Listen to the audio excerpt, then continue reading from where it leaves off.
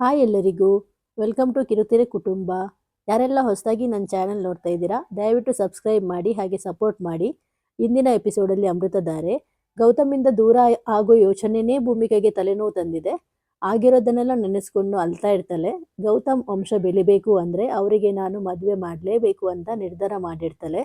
ಇತ್ತ ಕಡೆ ಆನಂದ್ ಅವನ ಗೆಳೆಯನಿಗೋಸ್ಕರ ದೇವರಲ್ಲಿ ಬೇಡ್ತಾ ಇರ್ತಾನೆ.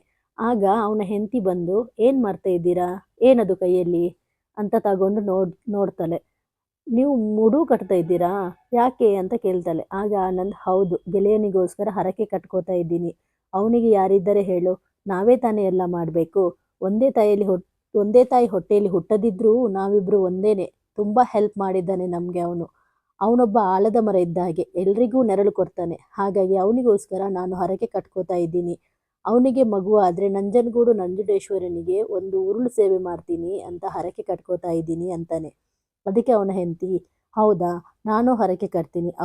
ಅವರಿಬ್ಬರಿಗೆ ಮಕ್ಕಳಾದ್ರೆ ನಾನು ಚಾಮುಂಡೇಶ್ವರಿ ಸನ್ನಿಧಿಗೆ ಹೋಗಿ ಹೆಜ್ಜೆ ನಮಸ್ಕಾರ ಮಾಡ್ತೀನಿ ಅಂತ ಇಬ್ರು ಜೊತೆಯಾಗಿ ಹರಕೆ ಕಟ್ತಾರೆ.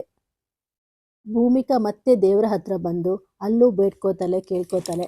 ಆಗ ಶಕುಂತಲಾ ಅಲ್ಲಿಗೆ ಬಂದು ಮತ್ತೆ ಮದುವೆ ವಿಷಯ ತೆಗೆದು ಭೂಮಿಕಾ ಮಾತಿಗೆ ತಪ್ಪದ ಹಾಗೆ ಮಾತಾಡ್ತಾಳೆ.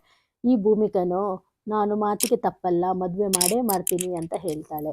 ಮರುದಿನ ಬೆಳಿಗ್ಗೆ ಗೌತಮ್ ಆಫೀಸ್ ಹೋಗ್ಬೇಕಾದ್ರೆ ಭೂಮಿಕಾ, ನನ್ನ ಬದಲು ಬೇರೆ ಯಾರನ್ನಾದ್ರೂ ಮದುವೆ ಆಗಿದ್ದಿದ್ರೆ ಏನು ಮಾಡ್ತಿದ್ರಾ ಅಂತ ಕೇಳ್ತಾಳೆ. ಆಗ ಗೌತಮ್, ನನಗೆ ಈ ಥರ ಹುಡುಗಿ ಬೇಕು, ಆ ಥರ ಹುಡುಗಿ ಬೇಕು ಅಂತ ಕನಸೇ ಇರಲಿಲ್ಲ.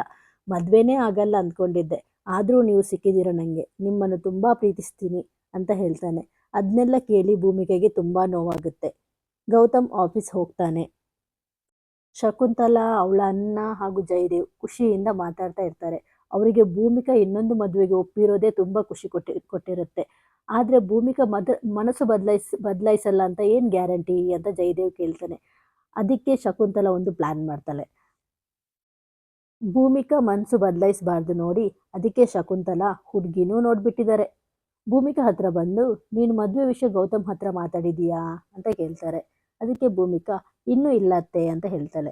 ಆಗ ಶಕುಂತಲಾ, ನೀನು ಮಾತಾಡಿರಬಹುದು ಅಂತ ನಾನು ಅಂದ್ಕೊಂಡು ಒಂದು ಹುಡುಗಿನ ನೋಡಿ ಆಗಿದೆ ಅಂತಾಳೆ. ಆಗ ಭೂಮಿಕಾ, ನಾನು ಆ ಹುಡುಗಿ ಜೊತೆ ಮಾತಾಡಬೇಕು ಅಂತಾಳೆ. ಶಕುಂತಲಾ ಅವಳ ನಂಬರ್ ಕೊಡ್ತಾಳೆ.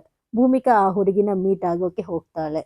ಅವಳೇ ಈ ಮಧುರ ಮದುವೆಗೆ ಒಪ್ಕೋತಲ್ಲ, ಅಥವಾ ಭೂಮಿಕಾ ಗೌತಮ್ನ ಒಂದು ಮಾಡ್ತಲ್ಲ, ನೋಡಬೇಕು. ಬಂದಿರೋದು ರಾಧಾ ಮ್ಯಾಮ್ ಆಗಿರೋದ್ರಿಂದ, ಅಂದರೆ ಮಧುರಾ ಅವರು ಖಂಡಿತ ಭೂಮಿಕಾ ಗೌತಮ್ನ ಒಂದು ಮಾಡೇ ಮಾಡ್ತಾರೆ. ಅವರು ಮದುವೆ ಆಗಲ್ಲ, ನೋಡಿದ್ರೇ ಗೊತ್ತಾಗುತ್ತೆ. ಹಾಗಾಗಿ ನೋಡಬೇಕು ಅವರೇನಿಬ್ರು ಮಾತಾಡ್ತಾರೆ ಅಂತ ಮುಂದಿನ ಸಂಚಿಕೆಯಲ್ಲಿ ಕಾದು ನೋಡೋಣ. ಹಾಗೆ ಬಂದಿರೋ ಮಧುರಾರವರು ಭೂಮಿಕಾ ಮನಸ್ಸಲ್ಲಿ ಗೌತಮ್ಗೆ ಇನ್ನೊಂದು ಮದುವೆ ಮಾಡುವ ಯೋಚನೆನೇ ತೆಗೆದು ಹಾಕಿ ಹೋದರೆ ತುಂಬ ಚೆನ್ನಾಗಿರುತ್ತೆ ಅಲ್ವಾ friends? Thank you for watching. ಸಿಗೋಣ ನೆಕ್ಸ್ಟ್ ಎಪಿಸೋಡಲ್ಲಿ. ಬಾಯ್ ಬಾಯ್.